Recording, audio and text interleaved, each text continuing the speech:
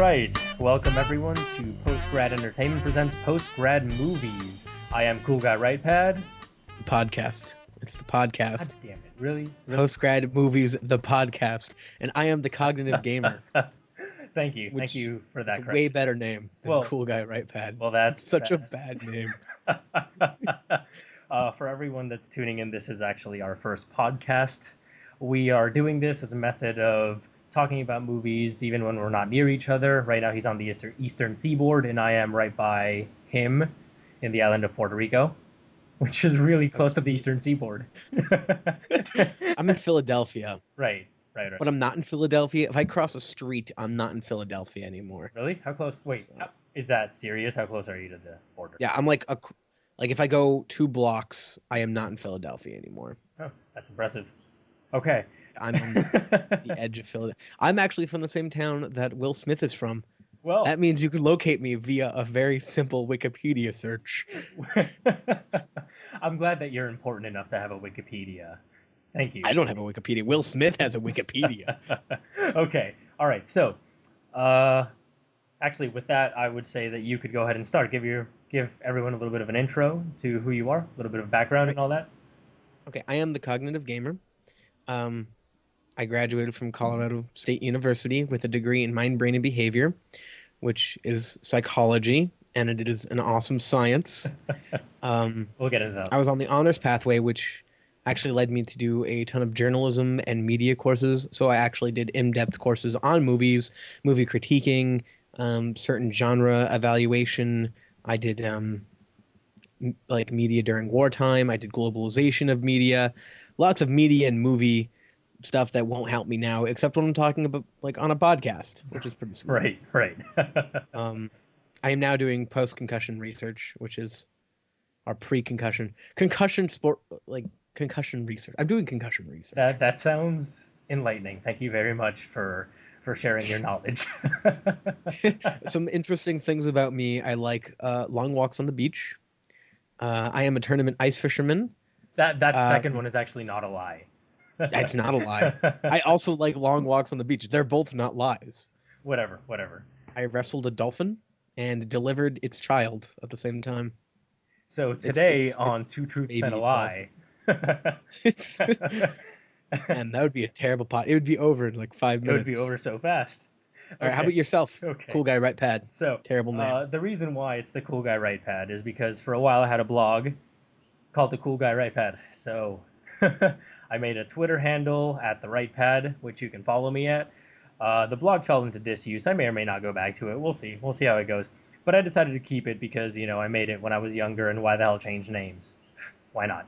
Anyway, I graduated from CSU, just like him, except Colorado State University. Right. I got a degree in zoology and a minor in geology and Spanish. So that's definitely a fun time. Right now, I'm kind of kicking it before I go into grad school. He obviously took the high road on this one. I'm here sitting, doing nothing right now. So this is a method for both of us to kind of keep track with one another. We'll see how it goes. You should talk about your credentials as a movie maker. Right. So what makes me okay to talk about movies? Well, I watch a lot of them.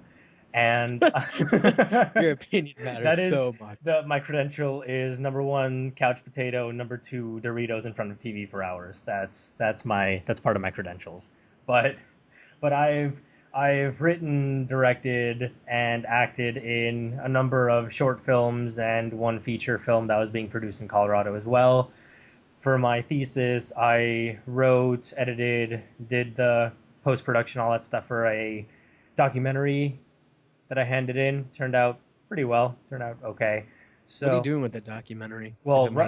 See, right now I just sort of finished it at the bare minimum necessary for a thesis, and then I'll go back to it, fix it up, make sure that everything's okay, add fantastic sound to it, and then hopefully we can put it in somewhere, film circuits. I don't know, do something like that. Because right now it is not film circuit material, like not even close.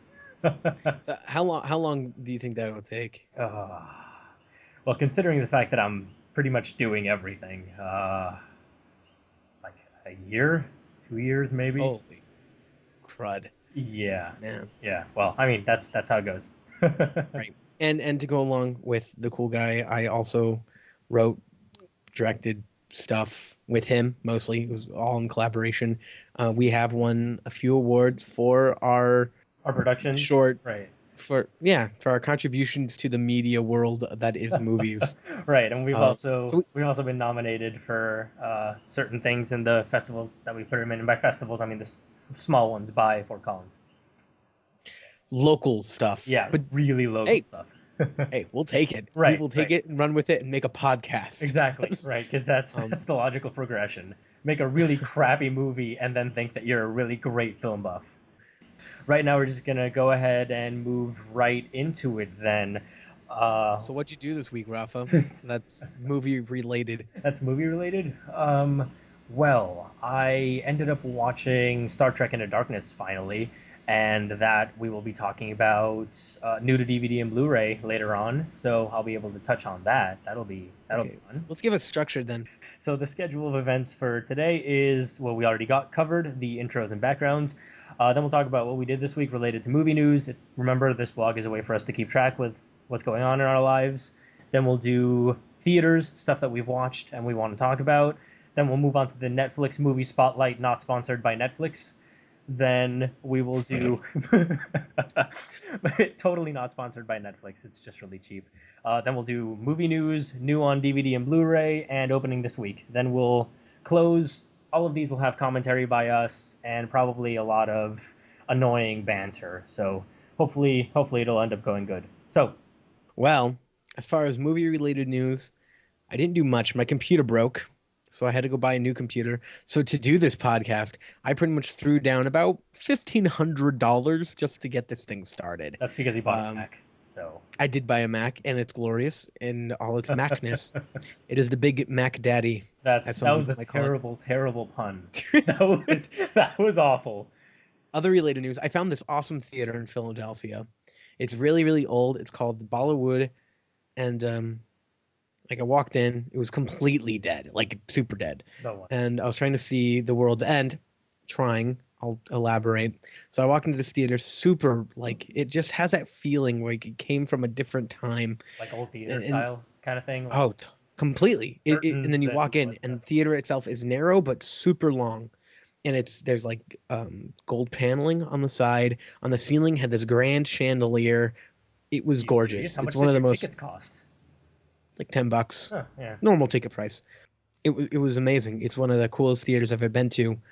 Even has like up front there's like a stage you can like stand on. So perfect for the Rocky Horror Picture Show. Right. Um, All the rice throwing and all showings. that jazz. Right. I imagine they'll having it. But anyway, so we sit down, we watch this movie. The trailers begin, and as soon as when the movie's supposed to start, it doesn't. We wait there about 5 minutes, and some guy comes in and goes like, "Hey, the movie's not working. You gotta go." So, uh, so we left and we got our money back, and it was awesome because we didn't get to watch the movie. It was really sad. I really wanted to see The World's End. Do you know how the movie broke? Were they using digital? Were they using like analog film that the film just kind of broke or something? They said it required a password, but they didn't know the password. Yeah. So, after dealing with that, I got pizza, and it was delicious. That's a great story. Thank you so much. I'm That glad that sums it up my ended on a happy weekend, pizza and note. Thank you.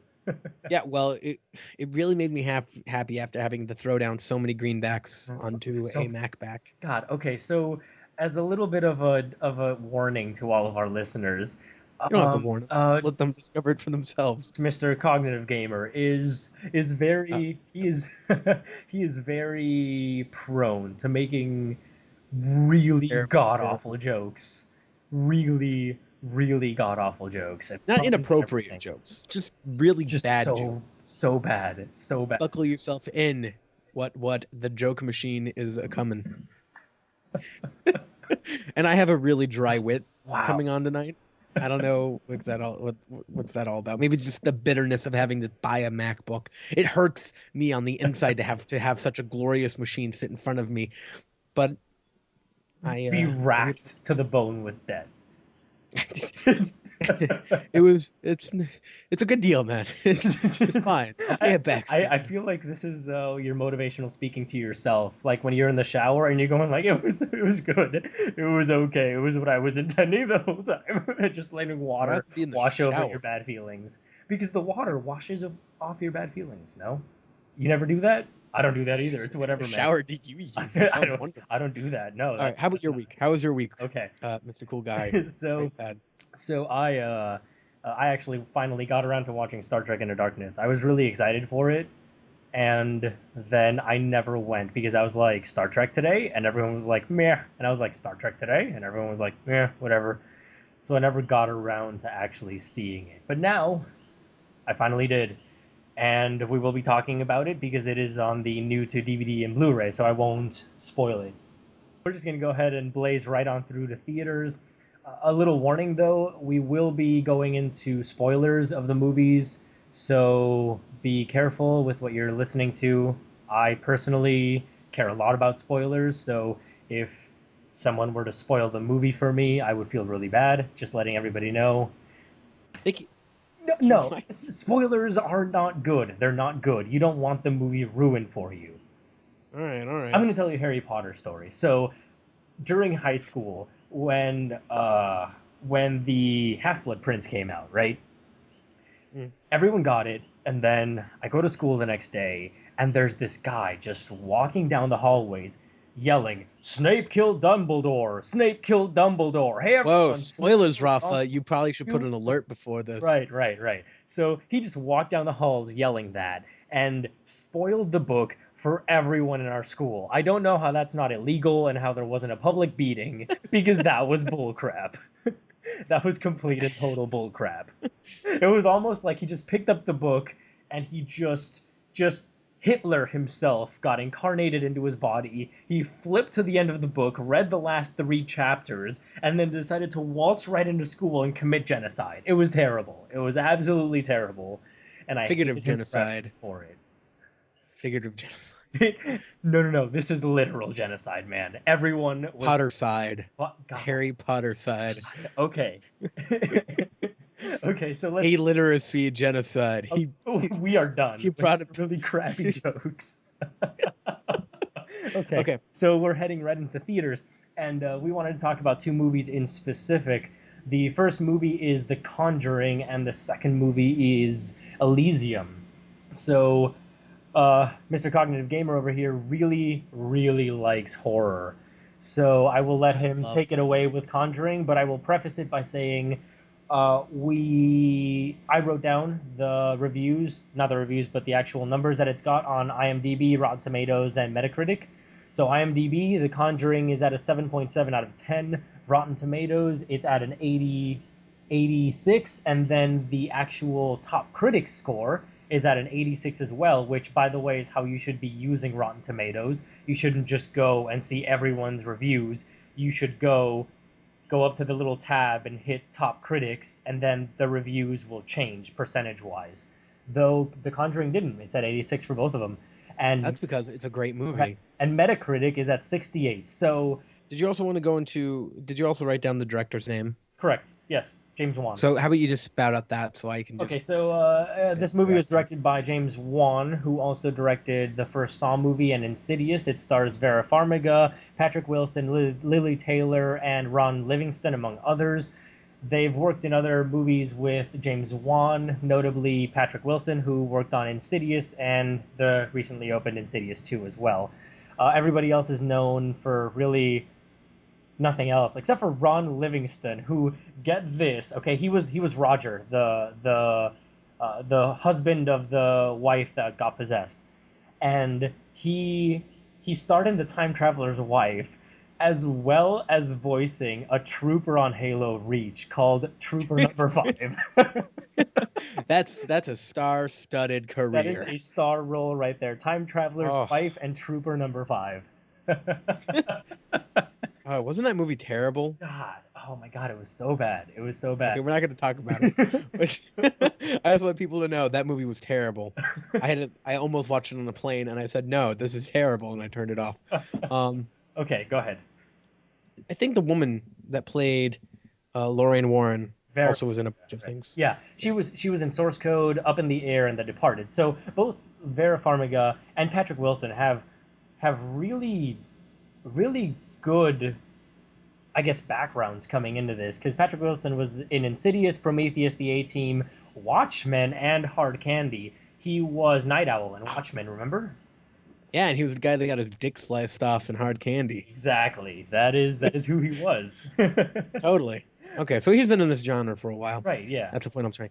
You should watch Hard Candy. Has Ellen Page in it. Right, I right. own the movie because I found it at Big Lots for $1.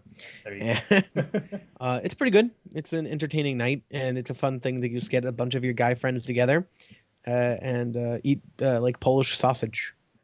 The Conjuring is a telling of an Ed and Lorraine Warren story, and the Warrens are famously known for the Amityville horror case. They are the only sanctioned demonologists by the Catholic Church that actually aren't priests. Lorraine Warren claims to be a Clairvoyant medium type of thing. yes, thank you. And Ed Lorraine's kind of the guy who, reads the Bible and, punches demons in the Punches face. demons in the face. But they actually were painters before that, and then somehow they got wrapped up into being demonologists. I think their life alone would be a great movie. That would be a long movie too. They did a lot of stuff. Yeah, they did a ton of stuff, including this case of The Conjuring. Actually, the movie opens up with another one of their famous cases, which was the doll. I forget her name, No, but it essentially looks like a Raggedy Ann. But in the movie, it looks like it looks demons spawn, terrifying. Like which was stupid. I think that was my only complaint of that movie was anyway that the doll looks so scary.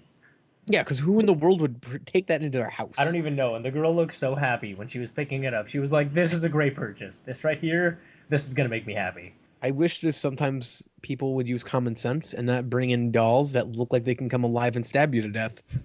I don't.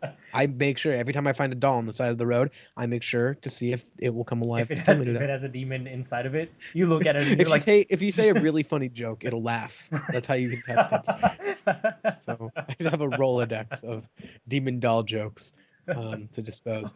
But anyway, so it just follows their path of dealing with this case about this house that becomes possessed by a very powerful demon, and it's also about the family who resides inside the house, who are being tortured by this demon slash poltergeist slash pretty much everything that could go wrong in the spiritual realm essentially happens, and they are frightened.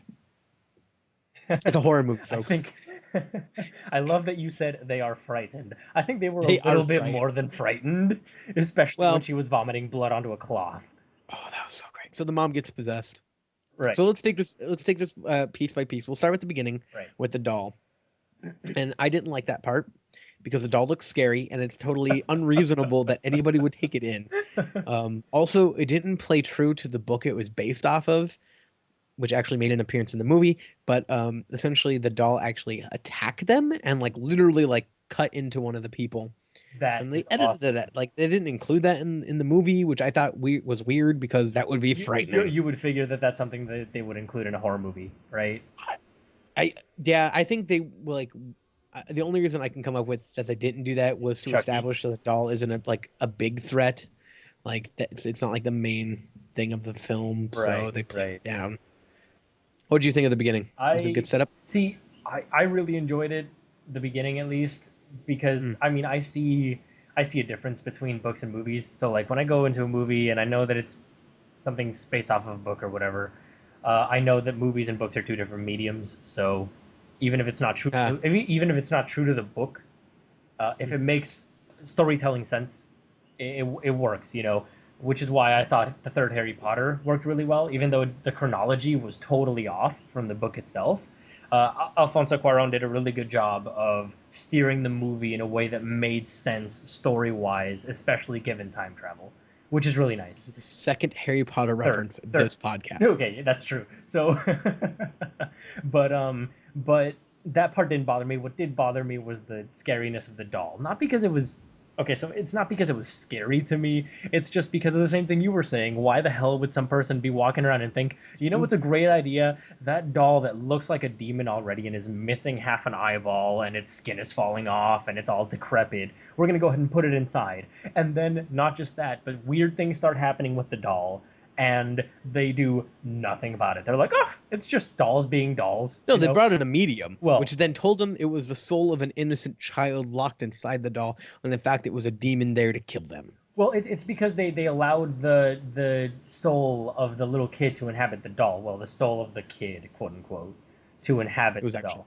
Well, right. well, yeah, but it said it was an innocent kid, and then they allowed it in, and it was a demon, not an innocent kid. So it was accidental, but at the same time, it was just people being stupid, especially with a really scary ass looking doll. You know what I mean? It's just. I mean, even if it was a nice thing, a nice spirit saying "mama," it would still be terrifying because of that doll. You know what I mean? I wouldn't want to. I wouldn't even go near it. I'd throw it away. Which is I was traumatized as a child.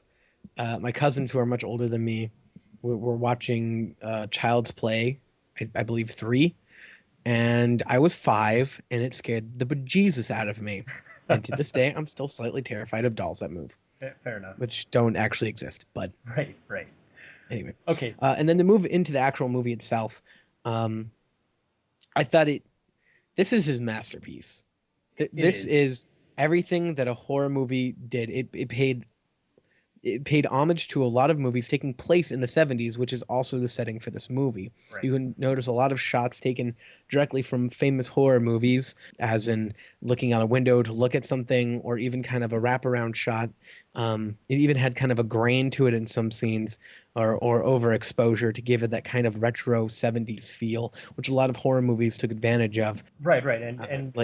And it also, something that I really enjoyed was the fact that it relied very, very minimally on actual special effects. They were all practical, not computer special effects, which works really well for horror movies because of the fact that you're not artificially creating it. It's happening right there, and your mind is telling you that it's really happening there, and that freaks you out, as opposed to seeing like the shape of a ghost manifest or something like that, you know? Well, if I could throw some psychology in there, it might be some effects of maybe mirror neurons. Also, your brain's telling you that errors are happening. Like when you see somebody levitate and like flip upside down, your brain's like, that's not possible. What's going on here? And then you proceed to poop your pants. Practically. That's that's actually what it says in the textbook right next to error. Right next to mirror neurons, it says, warning, may cause poop in pants. Well, mirror neurons is a little bit of a stretch. It's really more about your brain reacting to error or unnatural happenings. Sort of like when you do a math problem wrong, you realize that you did it wrong, and then a kind of alert pops up into your head for you to try to fix it. So there's a lot of play with horror movies, and that's why I really like them. Not only like the psychological thriller part of it of like trying to discover a mystery, but it's also the kind of thrill it gives you. And this movie definitely gave me a thrill. And I think that's really why I like this movie, because not a lot of movies scare me like that movie did scare me. It just seemed almost realistic in the way that it happened. It was almost like a new age exorcist. And the great thing about it was the fact that it seemed really real, because it was really true to itself, especially with the characters. The characters were very believable and they were very relatable, and I think it was carried very well by all of the actors and the directing in it as well. They seemed like great families and great couples. You know what I mean? Ed and Lorraine were so genuine in their affection for one another. You know, they worked so well together, and that really, really helped sell the idea that when one was missing and something bad was happening, the other one was in pain, and that hurt you. You know, that really, really got to you. It wasn't just the tension, and it wasn't just the horror. It was the fact that you identified with these characters, which was awesome. And that's exactly what sold it. It was the feeling that this actually happened. And it actually did happen, quote unquote. Ed and Lorraine actually did do this case, and the house actually exists, though they filmed it in a studio the house that stands today is now getting tons of media attention, and apparently random strangers, like teenagers and stuff, are like trying to sneak into the house and stuff, and the owners have had to call the police multiple times. I think that's really funny and also kind of terrifying about how movies Right. can affect our daily Our lives. daily lives, right? That aside, The Conjuring is a fantastic horror movie, and I think if you like horror, I think you should watch it. If you find The Exorcist scary, you should not watch this because this will This will terrify you. terrify you. This will stay with I you for thought a this was while. actually scarier than The Exorcist. Really? Huh. Let's see. This, I, I can I just say that I really, really, really thoroughly enjoyed the horror not happening when you expected it in this movie, yeah. because like it would lead up to something that it just primed you for earlier in the movie. It would just, get dramatic and tense, and you're waiting for it to happen, waiting, and then there's just nothing. No release, Right. nothing. Especially in that final shot in the movie where it Right. just sort of slowly zooms into the mirror, music's playing. You know that when it stops, there's a little kid behind you, and then it stops, and there's nothing, and the movie ends, and you're like, damn it, James Wan. Damn it. Right. It played off of anticipation very well. It manipulated what we've already been trained to do. Right. Because in horror movies, we have been trained.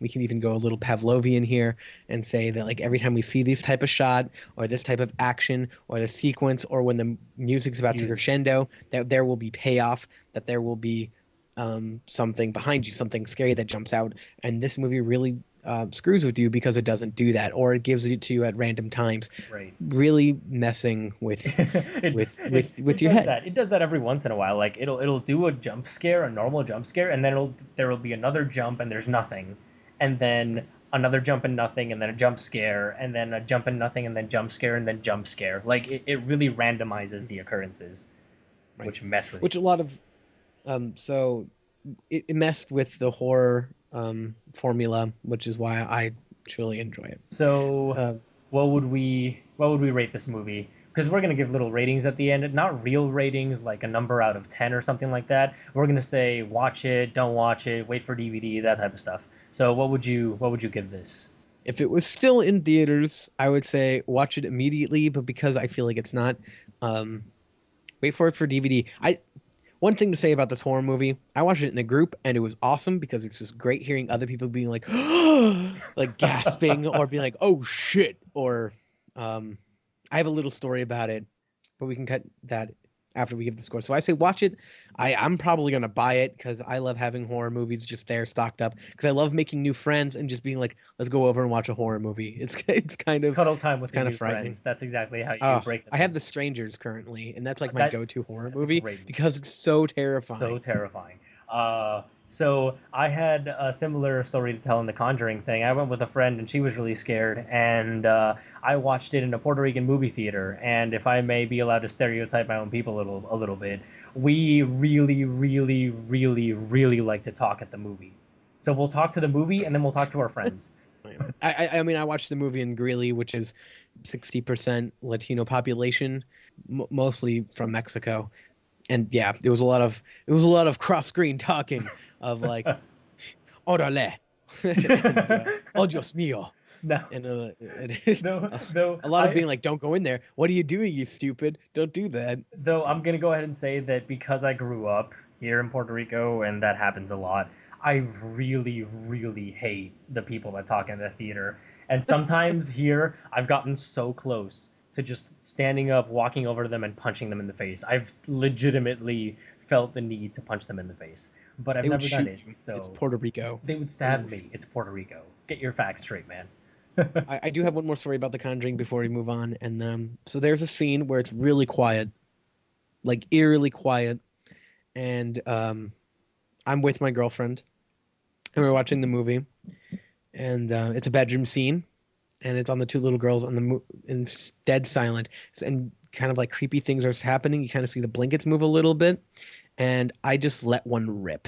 I just farted, and it like echoed through the theater, and you could just hear people going like that, kind of like half like stifled laugh, like, and I was trying not to Oh my laugh God. the whole time, and then I kid you not, the character on screen then said, would you please stop farting? I remember that part. The And I entire was like, theater this burst is into the laughter. best thing ever. And I just started laughing out loud. And everybody in the theater just started laughing out loud because of how perfect that was. And just how loud that fart really, like, it vibrated the seats. It was disgusting. God, And talk about an immersive movie experience. I suppose that's I where we're heading into with like 4D stuff. We'll have you sitting in the front farting. I am I have a high opinion of movies, and you should consider my opinion high. I am a classy gentleman. I am the cognitive gamer, and I fart at movies. It was embarrassing for us all. That's we're gonna end up putting quotes on little gifs, and it'll say like it'll have like the cognitive gamer at the bottom, and it'll be like, I'm a classy gentleman, I fart during movies.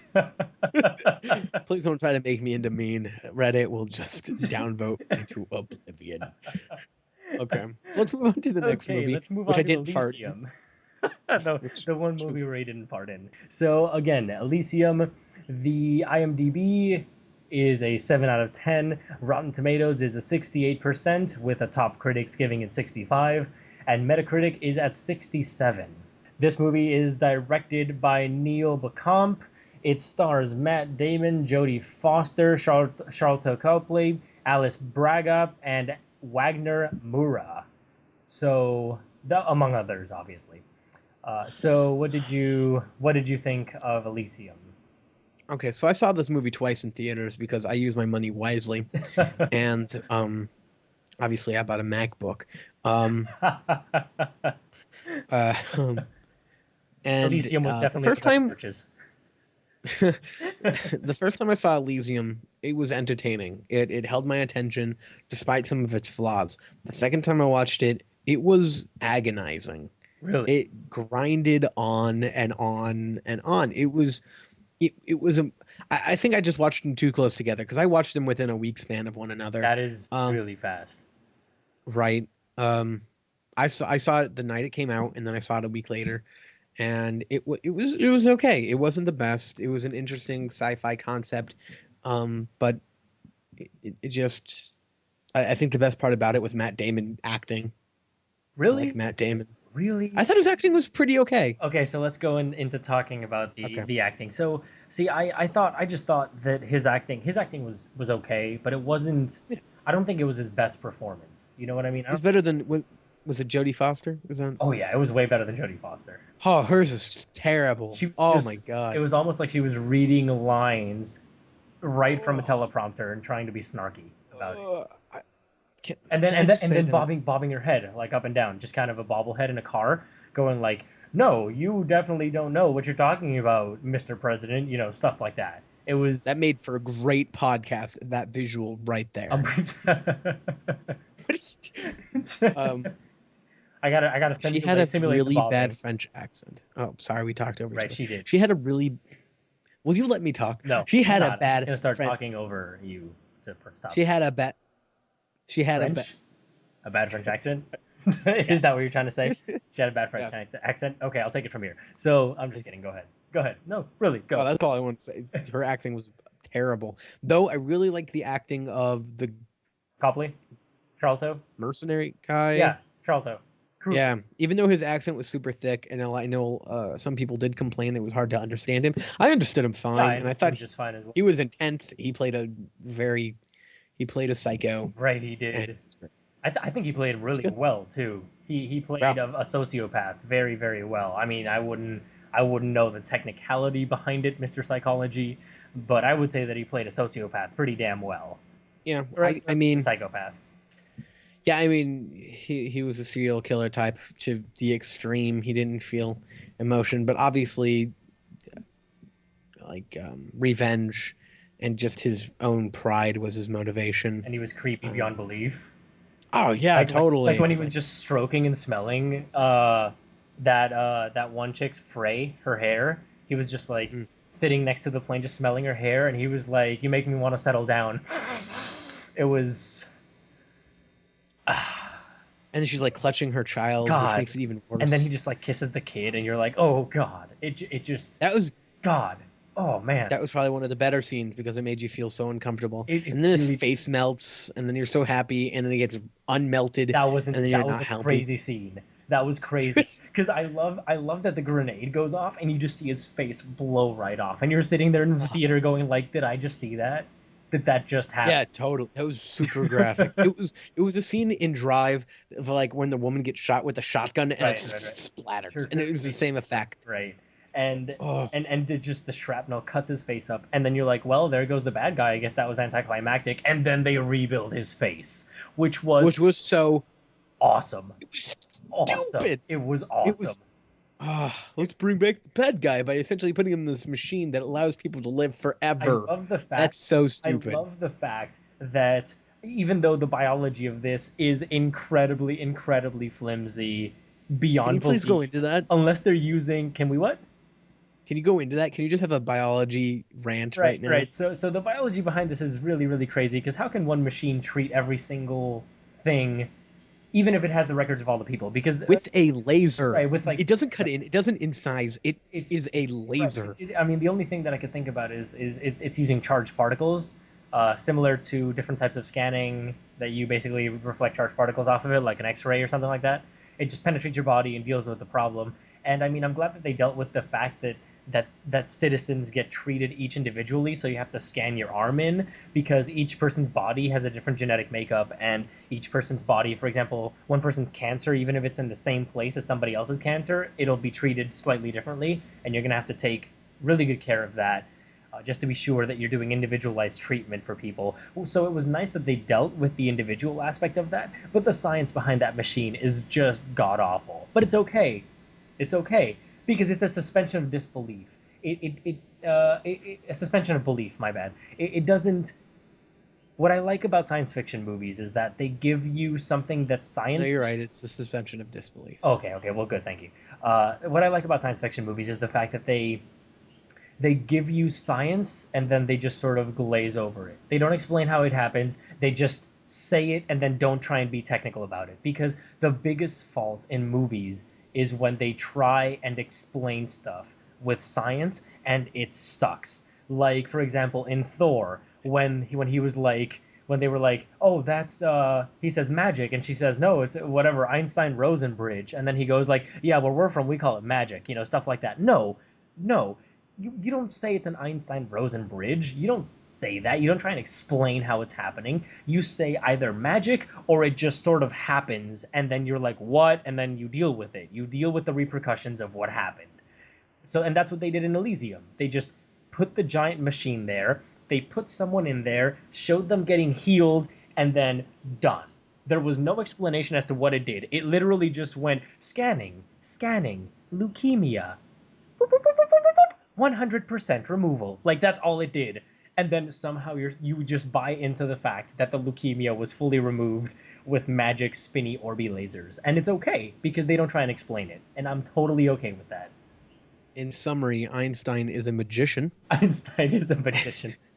And also, I'm really glad they changed that from the trailer where it said cancer removed. I was like, that is so stupid. So bad. So bad. Especially Cancer. because Cancer's gone. It's just gone. Not even types of cancer. Not even like see, just cancer. right, yeah, types of cancer. That's the thing. The public is led to believe that cancer is one thing when really it's an affliction for a specific area. So if you get cancer in your prostate or something, it is completely different from cancer in your brain, or cancer in your blood. It's different types of cancers. There is not one cancer. It's different types. So I'm glad that they changed that because they specifically said leukemia, which is nice. Thank you for that. But I appreciated the way they dealt with science. Also, another minor thing that I don't know if you noticed relating to science, when the first thing that I thought when I saw the ring world for Elysium was I thought, how are they maintaining the atmosphere inside? That's the first thing that I thought. And then I see the inside of it, and it looks like a ring world, and it kind of curls up with these metal bars, and then it's just open on the top. So you could just fly your craft right into the atmosphere. And then you have little warnings that appeared on the side saying stuff like, ship entering atmosphere, stuff like that.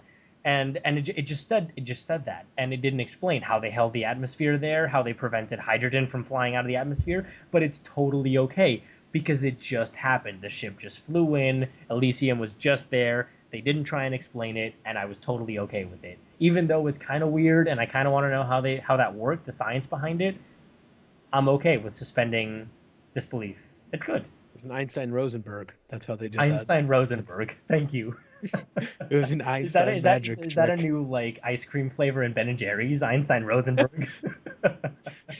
Rocky Road and Einstein-Rosenberg. Right. It tastes like potato chips dipped in magic. That sounds like unicorn blood mixed with sprinkles. That sounds terrible. I'm glad that we have another Harry Potter reference in here already with unicorn blood. Because, okay, so anyway, on to the actual acting. I thought personally that Charlton did a better job than Matt Damon in the acting. I think Charlton was by far the best actor in that film. I think Matt Damon did fine with the script that he was handed, because obviously Matt Damon's acting's fine. It's just like some of his lines were very bland, but I feel like he sold it pretty well. Like the scene when he was vomiting from his overdose of radiation. Right. And just kind of like on the floor crying, curling up. That was good acting. Right. It was just good acting. See, I just think Matt Damon has one acting style and then another. He has the badass acting style where he just is a badass and then that's what he does, or he has the fast talking, charming guy that's kind of scared a little bit. Have you noticed that? Because that's what he was. He was the second one in Elysium. Can we just talk about how California turned into Mexico? That was great. Well, of course, impoverishedness means Spanish, because, uppity is French and impoverished is Spanish. I know. I love that. The high-class society was French, and then the poor people on Earth were Mexican. It was fantastic. It was fantastic. Oh, can I please just touch on the really hilarious police officer robots?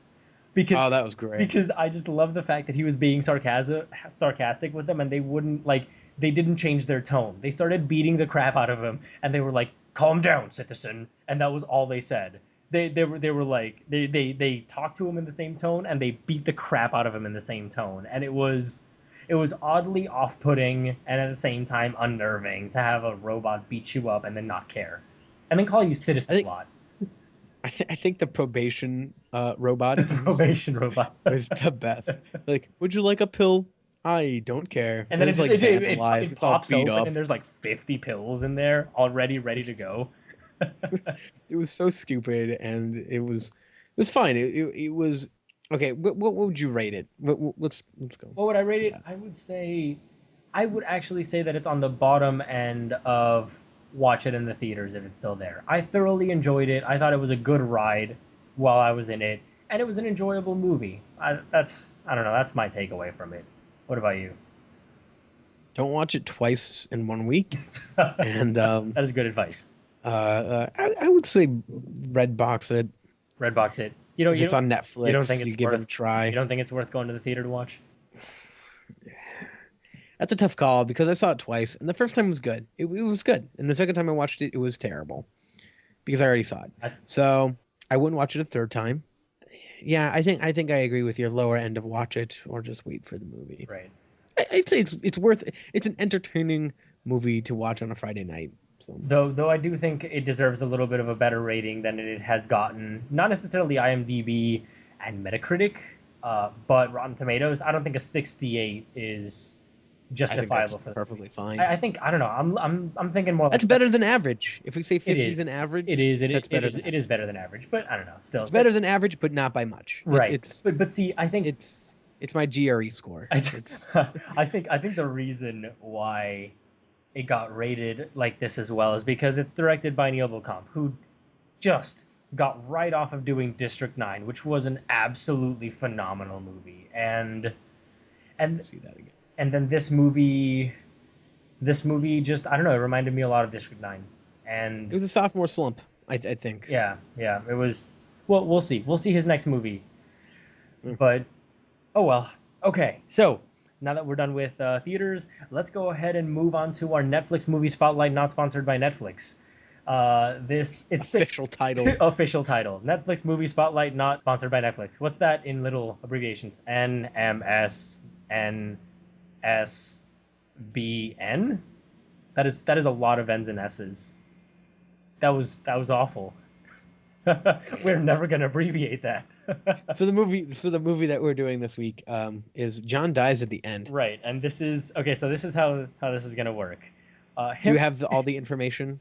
Yeah, him and I decided that we wanted to watch movies on Netflix that we had never watched before. Now this will range from good movies that we haven't watched to god-awful movies, and then just movies that seem interesting, you know? And we decide to both watch it, and then we don't talk to each other about it. We don't read reviews. We don't do anything. And then we go into it blind, and we come out of it blind, and we talk about it to each other right now for the first time. And it's been hard keeping it together and not talking about it. There's been a lot Especially of with times, this movie. There's been a lot of times on the phone where we've been like, "Oh God, you know, gotta talk about it," and stuff like that. But to start so every week we will sign a movie, and it could be everything from a comedy to a foreign film to a documentary. So we're just gonna go all over the board. So John Dies at the End. Okay. Who started, directed that movie? Okay, so let me just go ahead and preface this by saying that on IMDb it's got a 6.4 out of 10. On Rotten Tomatoes it's got a 61%, but if you click on Top Critics it's got a 46%. And that's a big drop. And on Metacritic it's got a 53%. So this is a good 10 to 20 percentage points away from the two movies that we talked about, which is interesting. It's directed by Don Coscarelli. It stars Chase Williamson, Rob Mays, Paul Giamatti, which was a surprise, and yeah, among other people that I'm not going to name, especially that one Jamaican guy who was too much. What other movies did the director direct? Because he's actually quite known in the indie obscure movie section. He just directs a lot of I don't know the names per se of what one is going to be Bubba Hotep, right? Bubba Hotep, which is about Elvis coming back to life to battle, I think, Dracula.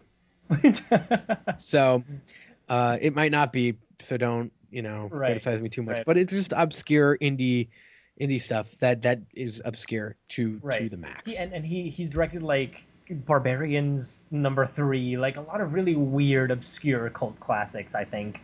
And then all of a sudden he goes cult classics that aren't cult classics. Like, right? That's some of them are cult classics. Like I know Bubba Hotep is like a cult classic. It's almost like they're made to be cult classic. So it's almost Hobo with a Shotgun-esque. Well, not even that much. It's almost like self-reflecting, being like, I'm making my movies in style of a cult classic, while cult classics usually are movies that aren't made to be cult classics. You know what I'm trying to say? Right. I totally understand you. It's self-aware. It's very self-aware of the fact of its obscurity. Right. Okay. So can I just say, to start talking about John Dies at the End, holy crap. Let me just start off by saying holy crap. And can I just say that I absolutely 100% loved the beginning. That first Oh my God, that was so great. The first skit in the beginning, right before the credits, where he hacks the dude's head off or whatever, and then he goes, "Oh crap, my little axe thing broke." And then he goes over, gets the thing replaced, cracks a couple of jokes, and then a little bit later kills the thing, and then the actual tip of the axe breaks, and he goes like, "Yeah, totally, it's just ketchup on the thing," and gets that replaced. And then he is at his house, he's got the axe, and the dude that he decapitated has his head stitched back, goes and says, the axe that killed me, the axe that slayed me. And then the camera just zooms into his axe and just asks the question, is he right? And I'm like, did someone just start a movie with a ship of Theseus paradox? Which was phenomenal. And for those of you who are not aware of a ship of Theseus paradox, or the ship of Theseus question, what that is Theseus, he lived back in the good old days. I'm not going to get into the history of it. And he posited this thought experiment, which said, it kind of tried to define self, what it is to be a thing. You can look at something and be like, that's a lamp, but what is it like to be a lamp, and what constitutes that lamp in specific from another lamp? So he posited the question, what happens if you have a ship, and then every day or every week, whatever you want, you replace one part of that ship with a new part? So the first day you pop off a screw, stick another screw in. Another day you pop some of the wood, put another new plank of wood in there. When does that ship stop being the ship that you started with? And when does it start being the new ship? What does it take to be yourself? Which is exactly the way that freaking movie started. Which was amazing. It was brilliant. And it didn't do anything with it. So good. It just started the movie and then just started you off by laughing, and then it just goes right into something completely different. It was phenomenal. It caught me such a good beginning. It caught me really off guard. It really did.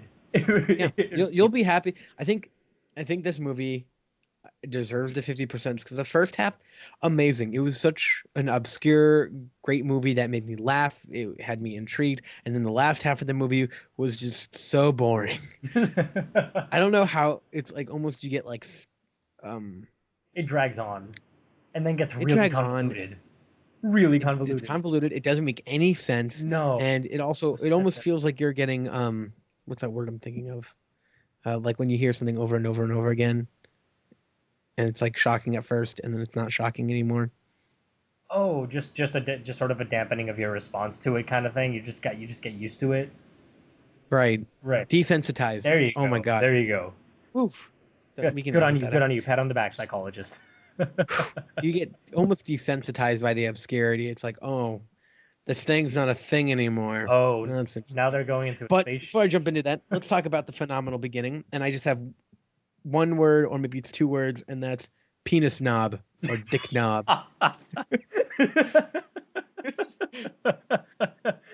And we're not going to explain it. We're not going to explain it, and we're going to let people who like dare to watch this movie just be like, "Oh yeah, dick knob." I prefer to call it. I don't know. I prefer to call it penis handle. Penis handle. That's a good one too. I love the squishy noise. It was like, oh, I touched a dick. Don't explain it anymore. We're just gonna leave it at that and move on. Okay. But yeah, their first. I loved their first. I don't know. You're right. The entire first half was fantastic, and then the second half just got so crazy, and then it was over. And then it was just over. It was stupid. It was just stupid. But something that I really, really thoroughly enjoyed was the fact that the movie was edited with really quick cuts the entire time. The whole time it was just cutting back and forth between characters, and then the cuts didn't really make sense sometimes. Like, it was almost as if the editor purposefully made the characters be out of sync. You know how when you cut a movie, you try to make sure that the same motion is occurring in both frames so that you can cut back and forth and it'll be really fluid. It appeared as though this editor purposefully almost cut the movie in a way where if one of the people was swaying in one direction, all of a sudden he cuts and he's not swaying at all. He's just standing still and nodding or something. It was really weird, at least for me. It made you feel like you're on drugs. Right, it did. And it was worked. unnerving. It worked really well because soy sauce. I mean, yeah, the whole movie was about drugs. So essentially the premise of the movie is that these two people that are kind of losers, they discover this drug that essentially gives them supernatural powers and to it's called see. Soy sauce. Can we just say that really quick? It's called soy sauce. Yeah, I thought they were kidding. The soy sauce. I thought they were kidding in the beginning. They were like, dude, he gave me some sort of soy sauce. And I'm like, oh, that's funny. That's a joke. And then they kept on referring to it as soy sauce. And I was like, well, I guess it's called soy sauce. Which looked like heroin. It looked like heroin, yeah. Well, black tar heroin, just straight black.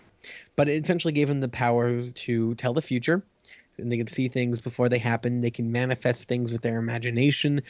And then they also have the power to become clairvoyant. They can see things that aren't actually there, that appear in different dimensions. They had the ability to travel through dimensions. Essentially, this drug is insane. Yeah. It makes you crazy. Yeah. But in all the weird ways. And can I just say, Paul fucking Giamatti. Paul Giamatti was like the best acting in that movie. So good. He's so amazing. He was so good. I did like I did like Chase Where's Williamson's. he been? It's, Where has Paul I Giamatti been? I like Chase Williamson's his snarkiness. He was there and then he just kind of told you very matter of factly what was going on. It's like, oh my god, what was that? Oh man, I'm surprised you saw that quick. Most people don't see it that quick. That must mean you're really susceptible to it. That's nice. Like it was just sort of matter of factly. He just spoke to you and it's like, oh yeah, that happened or whatever. His acting was terrible. Yeah, I thought it was true to the character, not necessarily good acting, but true to the character. You know what I mean? Yeah, but the character was boring. I don't know. I found the main character to be boring, and I found the character John to be awesome. Well, of course, because he was a dude bro, and you like dude bros. I do like dude bros. That sounds weird. But yeah, I mean, I thoroughly enjoyed David and John's back and forth wittiness. They worked really well together. And I was really interested to see if John actually died at the end. We'll get to that at some point. But I want to point out something also from a filmmaker's perspective. Question, Okay. Mr. Cog Games. Did you Yep. notice that the way the colors were used throughout the movie? Did you notice that? I did not. Really? Okay, so let me... Blue was like the real world, or... No. Better yet. Okay. It was specifically all of the colors that were used in the movie were either white, blue, yellow, red, or orange. And what happened was, whenever there was something bad that was going to happen, there was sort of a little bit of red mood lighting, and if it had to do with an entity of some sort of crazy demon or something like that, or an apparition, the colors in the area were yellow. And I started noticing that really quickly. Yellows and then slightly orange, maybe slightly orange, but it was mostly yellow. And except for when he got captured by the police, that was full white. But the actual moments when he encounters spirits were yellows, and that it was kind of annoying because I ruined one of the bigger twists, I guess, in the movie, which was, skip forward now if you don't want to hear this, which was that Paul Giamatti was not the real interviewer person. He was an apparition created by Mr. Wong. And I got it ruined for myself because I started noticing that whenever there's yellow, there's an apparition, and all of a sudden it cut back to Wong talking with Arnie, who is Paul Giamatti, and all of a sudden I started noticing the background, and I'm like, it's yellow. The background's been yellow, and then I thought to myself, has it been yellow the entire time? And it has. From the beginning of the movie, the background of that diner, that place, that Asian place where they were eating, was yellow. And I thought, immediately I was like, this guy is a ghost. This guy is not real. And it turns out he wasn't real. And it was some major foreshadowing right from the beginning that I don't think people are supposed to pick up on so quickly, but I accidentally did. And it spoiled that twist for me, which was kind of sad, but whatever.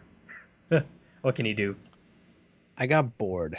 I think that was my biggest complaint about this movie, was I got bored, and which is a lot to say about a movie that has dick knobs and crazy creatures that you've never seen before, Right. and And driving dogs. Yeah, and driving dogs and talking dogs and hot dog cell phones. Hot dog cell and phone. Oh my god, that was fantastic.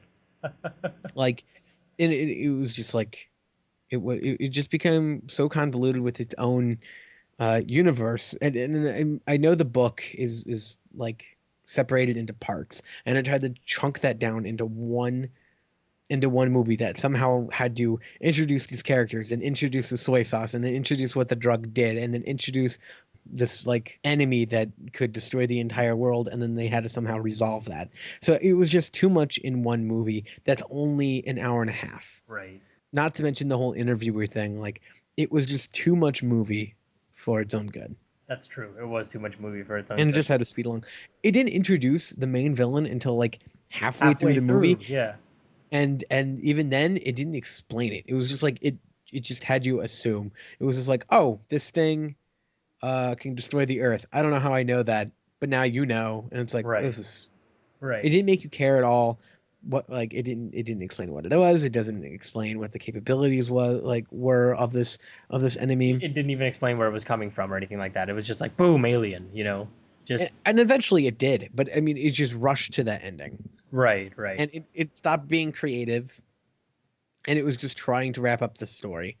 Um, I mean, they go to another dimension, and the most obscure thing is that everybody had no clothes on, which wasn't that. It was like, oh, that's weird, but I mean, it wasn't the funny kind of almost humorous, quirky weird that we saw previously. It was just kind of creepy. It was just kind of and really, really creepy. Yeah, yeah. and yeah, it was a movie that if I did drugs, I probably would have enjoyed a lot more. That's true. But it was definitely intense. Definitely intense. So what would you say? What would you say for this movie? Would I watch it on Netflix? Would you watch it on Netflix? I think Netflix didn't tell you to say that. yeah, I probably would watch it on Netflix. I mean, I fully enjoyed the first half of that movie. Right. Like I said, just get a bunch of weed and then just smoke all that weed and then watch this movie. Or drop acid. These Which messages would have be been brought to you by Legalized Marijuana. We are not sponsored by We are not sponsored by marijuana. Welcome to PostGrad Marijuana, where we talk about Where we talk about marijuana. and we're never gonna That would get no, on the never, podcast channel. never, ever. But seriously, the movie was cult classic written all over it, but it was made in that way to be a cult classic, Including which the means that crappy the acting special was terrible, effects. some of the effects were terrible Some on purpose. of the effects, all of these special effects were awful. All of them. Every It single was one. it was quirky, it was funny, and it was witty at times. Like I said, the last half just dragged on for an hour and a half movie. That's a big complaint. It was its own undoing. Man, that's a tough sentence to say. What he's It trying was to its say, own undoing. what he's trying to say is that it was insane and watch it at your own risk. Yeah, I mean, there's better movies out there. There's better things to do with your life than watch John dies at the end. Right. But whatever. But it's okay because, spoiler, John doesn't die at the end, which really kind of upset me a little bit. But did he die at the end? I think that was the whole reason they did the Theseus thing, because he did die, but then he somehow transported his body and then transported it back into another body that looked like his body, but it didn't explain that completely. That's true. So I got where I was going, and I had to put the pieces together. Right. But he didn't die at the end. He died like in the middle. Not even that. It was like a fourth into the movie and he was dead. And you're like, well, there we go, I guess. Yeah, he should have died again. I just love how witty it was. It was like all of a sudden he just gets a call and he goes like, am I dead yet? Yes. Oh, okay, awesome. Like it's That was really, like I said, yeah. I am still sad that the dog died though. That was depressing. That's true. The dog was a badass. The dog was so cool. Okay, can I just say though, before we wrap things up, let's end it on a bit of a weird note.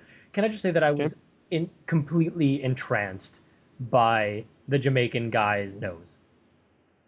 Like, what's wrong with his nose? he just had the biggest nostrils ever. They were like really, really big hexagons. It was enormous. It was like he was flaring his nostrils the entire time.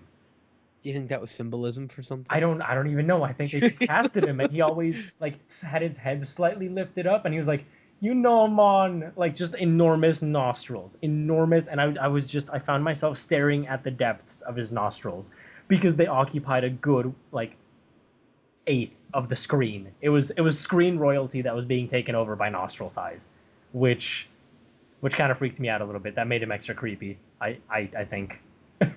So to rate this movie, we're gonna say don't watch it if you have a nostril phobia. Yeah, it was all right. It was whatever.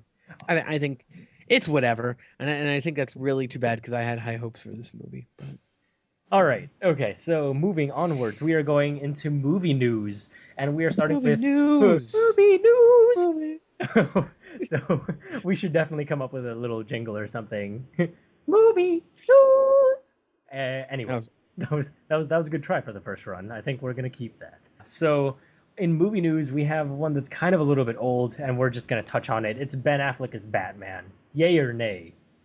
What do you think? I think he's a good Bruce Wayne, and I think he'll be a functional Batman. I'm gonna go ahead and say, honestly, nay. I Why? I I find his acting to just be flat and unemotional. Like Just Christian Bale as no, Batman. no, no, Like, no, no, no, no, come no, no, on. no. Christian Bale he has this air of pompousness to him that that So does Ben no, Affleck. no, no, no, no, no, wait, wait. He has this air of pompousness to him whenever he's Bruce Wayne, and then whenever he's confronted with the harsh realities of life as Bruce Wayne, he I don't know, he becomes, I guess, humbled and hurt. You know, you can see the emotion in him. Whereas Ben Affleck, I would compare him to Ryan Gosling, who That would be an awesome Ryan Batman. Gosling? No, sorry, not Ryan Gosling. What's this guy's name? Freaking Green Lantern. I'm blanking. Oh, God. Ryan Ryan Reynolds? Reynolds, so bad. Wrong Ryan. So bad. He, So bad. He's so bad. so bad. I So really, I bad. really, really don't like him. And I compare Ben Affleck's acting to his. I compare Ben Affleck's acting That's to Ryan that's Reynolds in a chick flick, where he's just there to be. Ryan Reynolds shines in chick flicks. That's No, like the no, only no, no, thing no, he's no, good no, no, no, at. no. The only reason he shines is because he's being all cute and then he's unemotional. That's all he does in chick flicks. Gah, I just hate him in acting overall, except in Buried. That was a great movie. Um, That but was a good movie. but that's what I see Ben Affleck. I Silent just think Man Ben too. Affleck is like, you could get better acting out of a cardboard cutout. Like you can just put it right there. Whoa. You can put it right there, Whoa. right in front of the Joker, and How many awards have you won I have to not be won saying any such awards, but claims I about I Ben really Affleck? don't I really don't like him. I mean, he was good in Argo. He He was was alright. he was all right in The Town, but That was I pretty I good. think but he was awful in Pearl Harbor, awful in That movie. Armageddon, and awful in Daredevil. So bad in Daredevil. I guess if we took it from the Daredevil perspective, So bad. Batman's doomed. So Batman bad. is so dead. Dear God. But let's hope he did better than that. Let's hope he's doing. He learned from the mistakes that Daredevil was, and he does something good. Though I heard, I still need to see Man of Steel, but I heard it was pretty mediocre. So maybe it'll fit with the theme pretty well. It's also the problem is that it's also called the movie's going to be Superman versus Batman, or at least that's the working title, which. It's terrible. Oh, But I think if they would have cast someone else and then had Ben Affleck direct the movie, it would have been fine. Because Ben Affleck no, is a really good director. He really is. not for this type of Not for movie. this type of movie, but better directing than freaking acting. Okay, that's all I have to say. That's all I have to say. And for the That's a record, terrible point, but we're gonna move and on. for the record, I think that Zack Snyder is a good director, and we'll get into that at some other point when he comes out No, with another movie. We're not getting no, into that now. We're gonna leave that on a no, little. no. Okay. He's Anyway, not. anyway. The next bit of movie news is Jurassic World. How excited are you for Jurassic World? Super. Super. That was a really No, I'm anticlimactic really, answer. really excited for Jurassic World. It's directed by the guy who did Safety Not Guaranteed. It's also penned by him, and I loved Safety Not Guaranteed. He was like he did So good. the way he like spun something that's like impossible to be possible, and it was brilliant. And I think if he Good. does that same type of archetype, excuse me, into Jurassic Park, it'll be brilliant. Just the fact that it's going to be like, no way can dinosaurs exist. Holy crap, dinosaurs actually exist. Just like the very first movie did, which I saw recently, and it was amazing. So good. So good. So good. Jurassic So Park. good, and the special effects hold up so They're well. it's just such a good movie. Like Such it a is great movie. such a good movie. Oh my god. And I think Jurassic Park 1 was phenomenal, and Jurassic Park 2 was good as well. I thoroughly enjoyed Jurassic Park 2. Jurassic Park 3 was Especially all if you like the Phantom Menace. shut up. Jurassic Park 3 was okay. It was passable. It wasn't a fantastic movie, but it was passable. It's kind of like a kid-friendly Jurassic Park. Right. That's Right. what Right. I Right. feel Right. like. But Jurassic Park 2 was fantastic as well. Though obviously nothing can top Jurassic Park because it was just too good. So good. But if this guy, his name is Colin Trevorrow, by the way, and if he He's working with somebody else too. yeah, I can't remember. if he takes from Spielberg a little bit and then incorporates his own spin into it the way he did Safety Not Guaranteed, this movie has the capacity to be phenomenal. And I'm really excited by the title because the point of Jurassic Park was that Jurassic Park was a proof of concept for a bigger park. You know what I mean? It was supposed to be like a Disney World in Los Angeles. That's what it was supposed to be. And then they did it on an island in a secluded area to do the proof of concept. And then they were going to move it into the mainland and attract people. And Jurassic World kind of sounds like Disney World. Yeah. I think they're going to go back to roots, which essentially it's going to be an amusement park for people to go visit.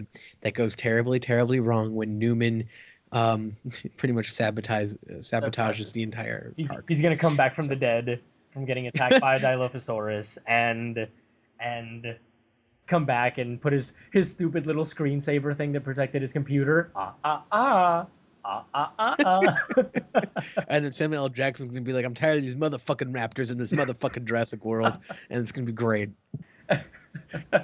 So hopefully that movie will be phenomenal. Okay, and that movie, for the record, that movie is coming out June 12th, 2015. That is when it's slated for, and it's a June release, which means they're expecting it to be really good. That's how you know, because if it's a summer blockbuster year, you have high hopes for that movie. June to like early August is when you think. Doesn't mean it's necessarily a good movie. It just means it's going to make lots of money and it's tons of action. Right. It means that they think that it's going to make a lot of money. So hopefully it'll be good to boot. And this means that frickin' 2015 is looking phenomenal for movies. Absolutely what else phenomenal. comes out in 2015? Dude, it's 2015 is when the new Pixar movie's coming out, when the new Harry Potter movie's supposed to come out, when Jurassic World's coming out, when the Avengers 2 is coming out.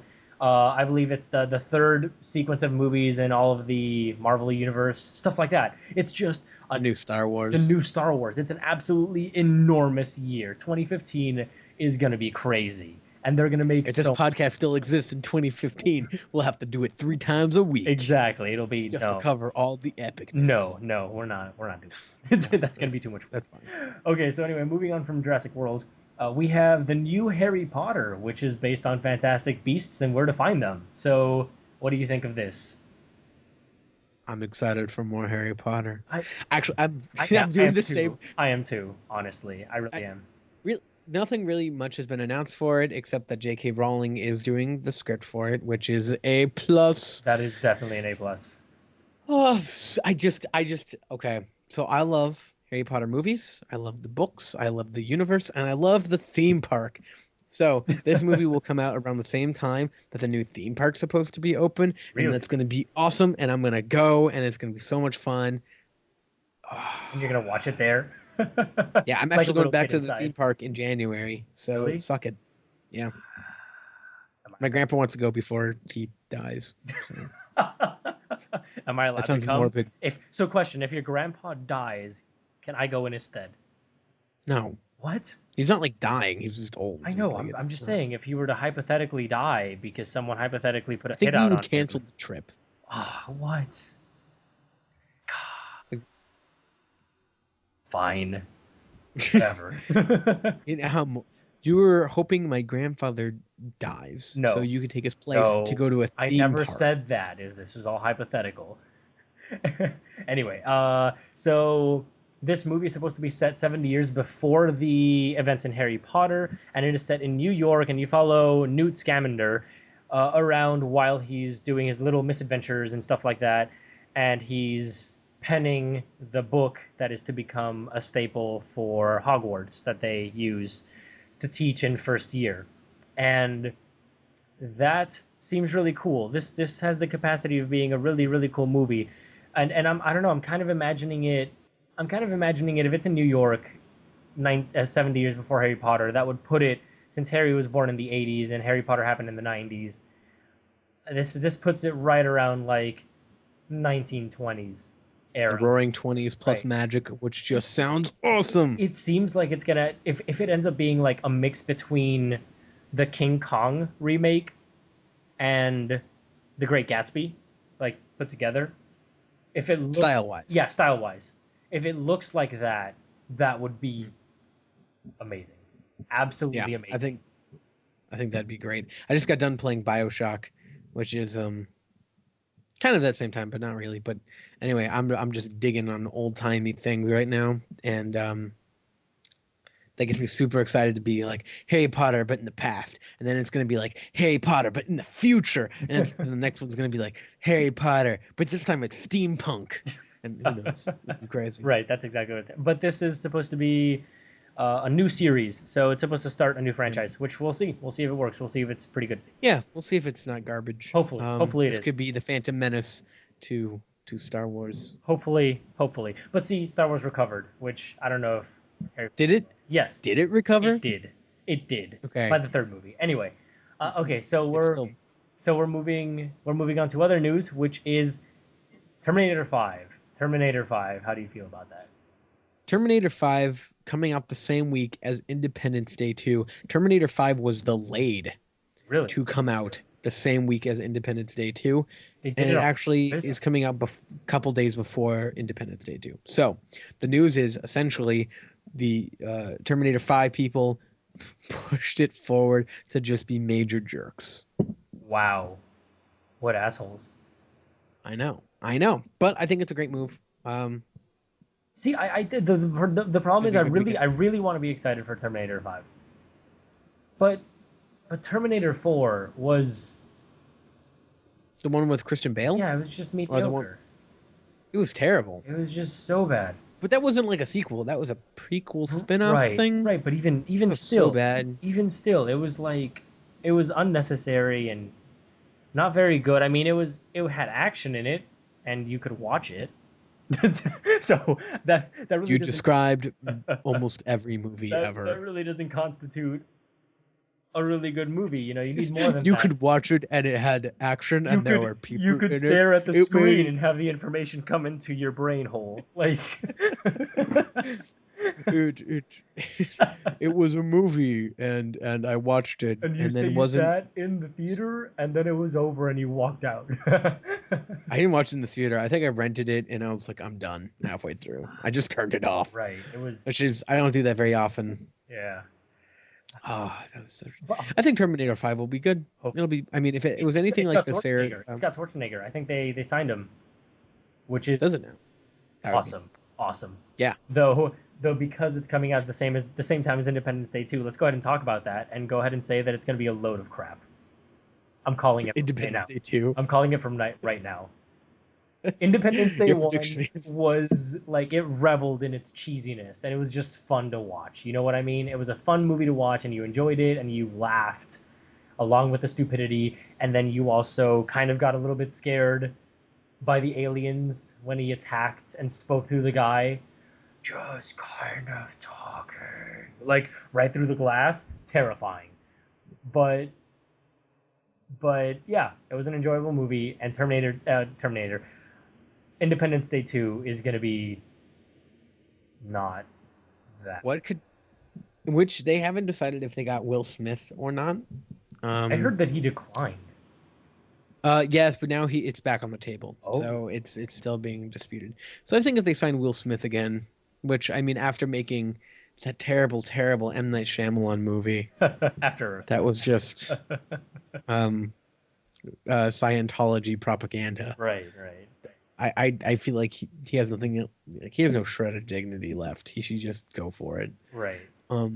Watch the White House blow up again, which I think would be hilarious if they were like White House 2, and it just blows up. It would be so funny if they just have the flying saucer just slowly positioning itself over the White House, and the entire time there's someone going like, no, and it just shoots a thing down and goes like, damn it. Not again. Oh my god.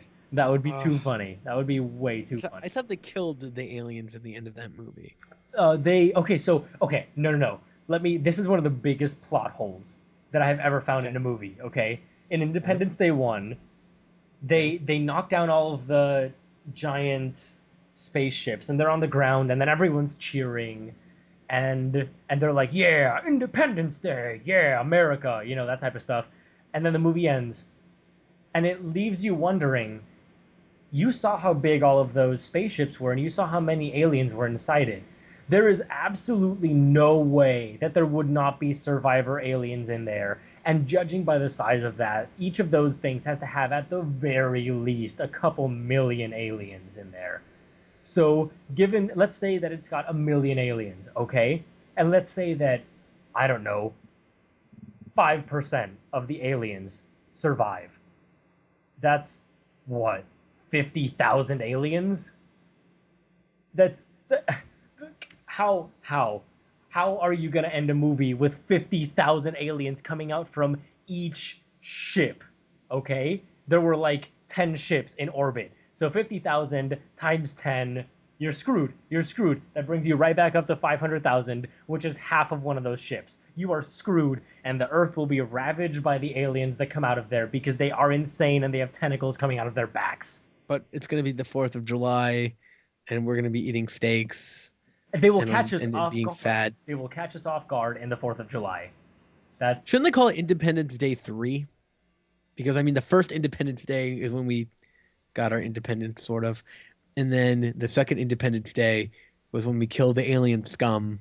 And then the third Independence Day is when we kill the alien scum a second time. Right, but that would be the equivalent of like Trolls 2, which had no prequel. They would just call it Independence Day 2 and then Independence Day 3, and you search for Independence Day 1 and it's just not there. It redirects you to the Wikipedia, 1776. I think that's what Independence Day Independence Day 2 should be. It was like some weird alternate universe where George Washington is trying to kill aliens. That sounds like a way cooler movie than this movie will ever be. That sounds like the Abraham forefathers. Lincoln Vampire Slayer is what it sounds like. No, even better. Like, it's going to be all the forefathers with like gigantic laser cannons and Will Smith being in the back, and it's going to touch on racism. And they're just like shooting at the aliens, and then Paul Revere's like on top of the spaceship, and he's like, the aliens are coming, and he just zooms at like supersonic speeds. Commandeers like one of their tiny little skiffs, and he like zooms through all of the city streets and warns everyone. Yeah, precisely. I think that would be a way better Independence Day than this movie will ever be.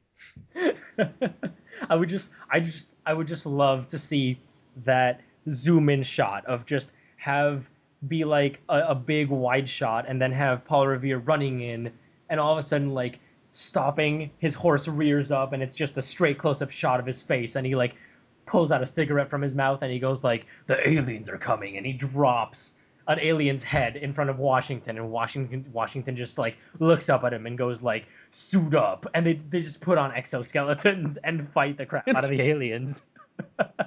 Yeah, and then Paul Revere's horse, like its legs all of a sudden like go into its body, and then like jets come out, and then and it just flies around, and and you have Benjamin Franklin going there like, I'm gonna write some code, and go up to the alien spaceship, That was for the record. That was my Jeff Goldblum impression. That would be fantastic. I think Benjamin Franklin playing Jeff Goldblum, playing a really bad scientist, would be fan-freaking-tastic. I would love to see Jeff Goldblum playing Benjamin Franklin, playing Jeff Goldblum.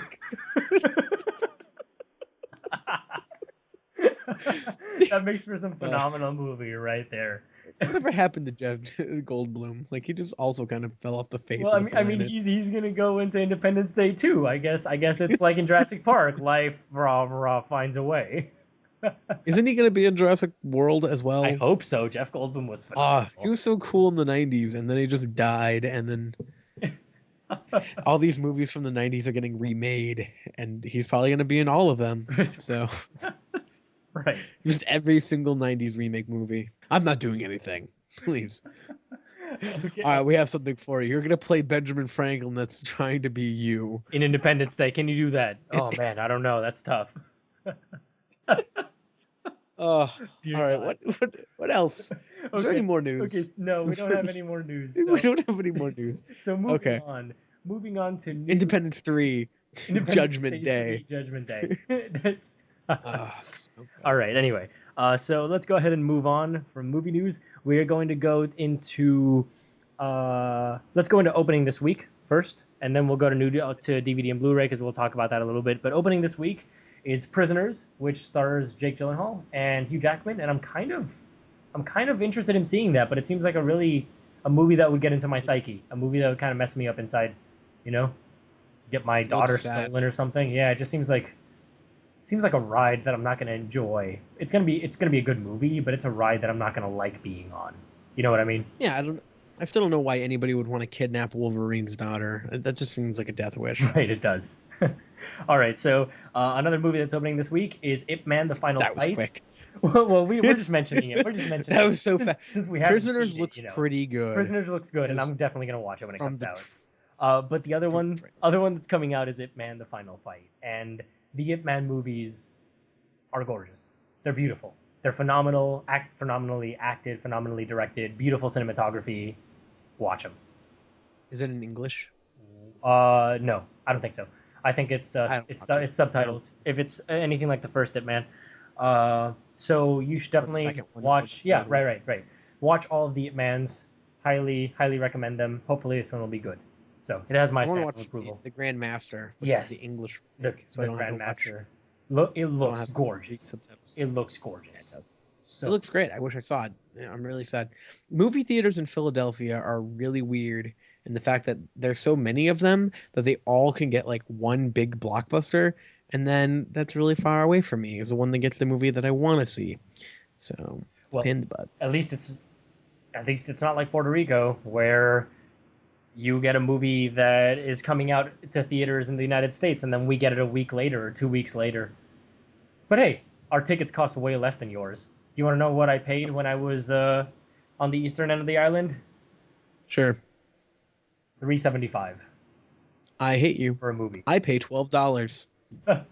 That sucks. Yeah, the max With a student discount, it goes down to $5. we don't have any student discounts. These are just the prices that they have. And then ladies' night is like $3.75 for a ticket always. Wait, ladies' night? Yeah, Wednesday. Wednesday's ladies' night. So people take their girlfriends What and is it? significant others to see movies on ladies' night, and anyone that's a woman gets tickets for like $3.75 or $4. Yep, Weird. it's I fantastic. never even. If you want That's to take, totally. yeah, just it's great. It's fun to do.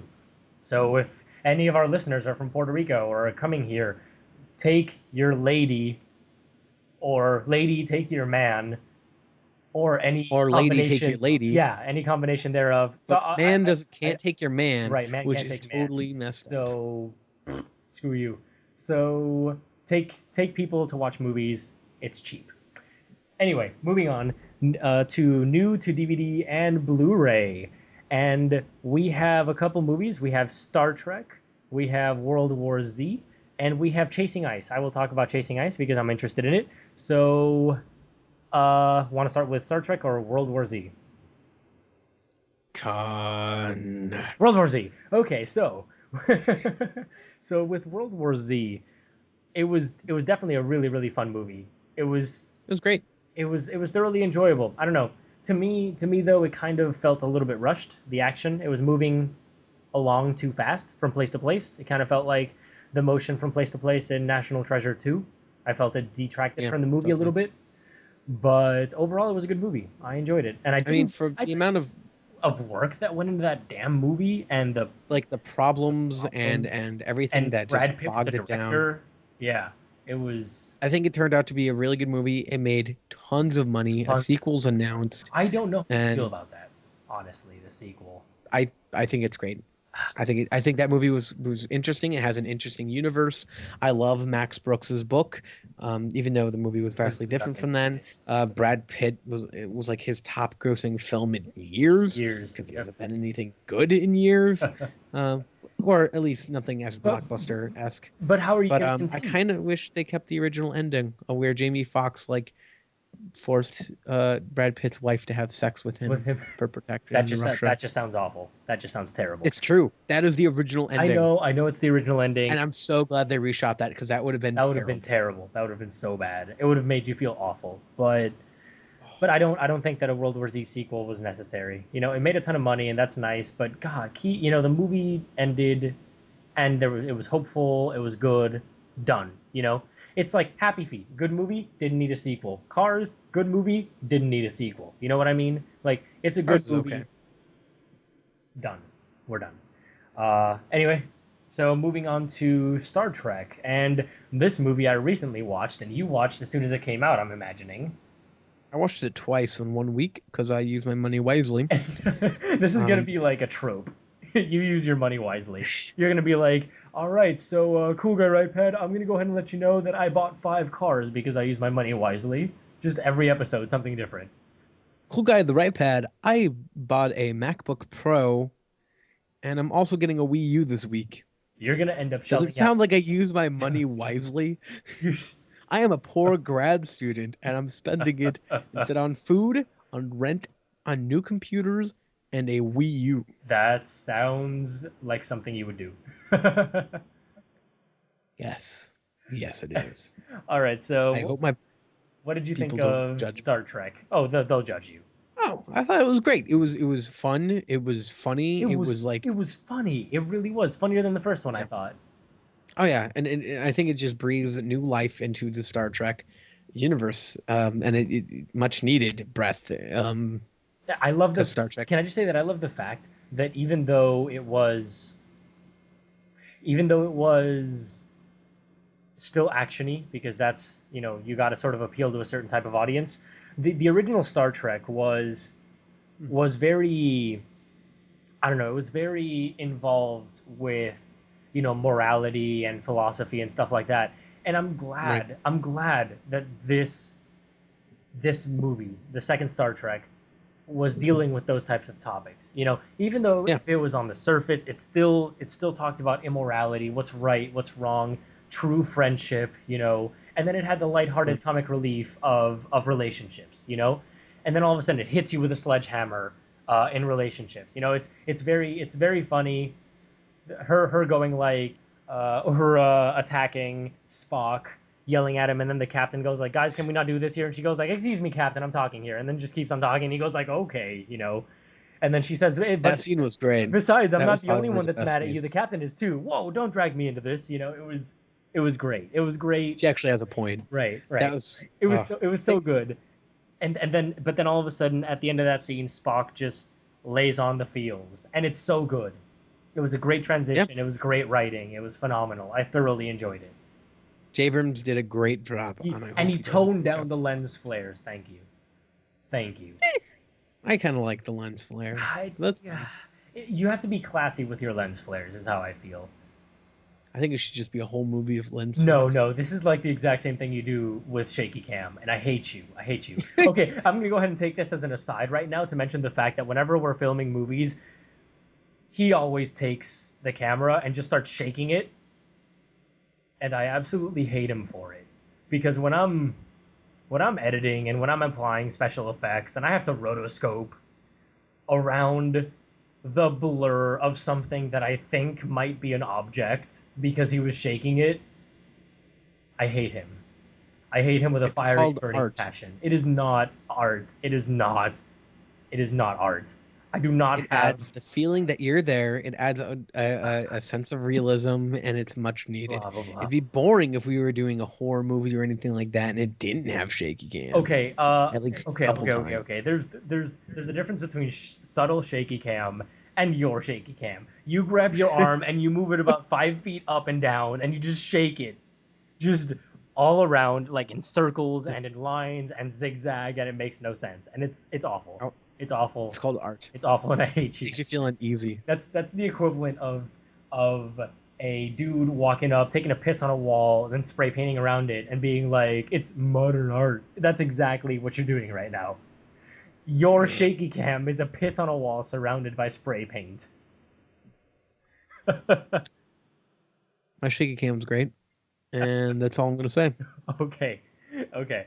So yes, next movie is Chasing Ice, and this movie is actually I have no idea what it, that it, is. it's I have act- zero idea. it's actually a documentary, and it's a documentary Okay. on climate change that was made by a National Geographic photographer and videographer who went around the world when he was working for Nat Geo and pretty much documented changes in ice caps and ice flow and stuff like that, and built a documentary around it. And it is absolutely gorgeous.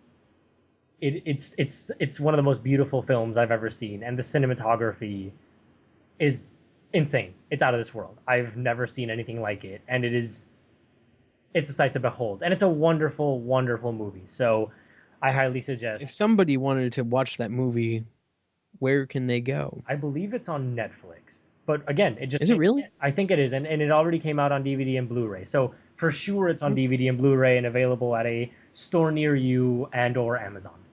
So if you want to order it, go ahead and order it. I would recommend getting the Blu-ray because it is so gosh dang beautiful. Gosh darn it. Gosh. Yeah. Darn. That sounds great. Actually, you interested? I love nature documentaries. That sounds like something I would watch with my girlfriend. Right. Because.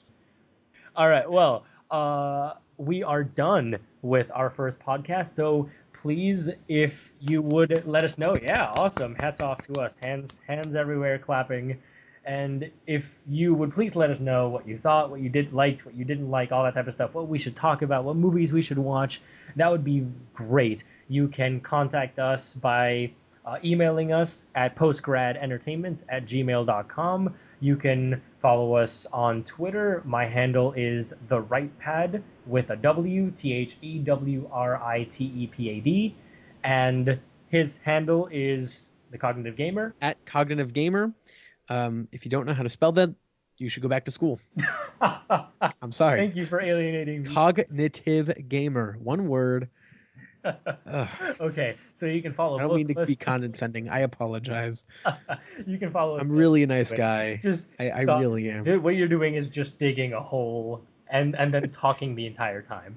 So yeah, follow us on Twitter, shoot us an email, or go to YouTube and find our channel. Hopefully we'll have a lot of videos uploaded. And thank you all for listening into our podcast. Hopefully this will become a weekly thing that we do. And thank you for nerding out with us on movies. We will catch you later here on PostGrad Movies.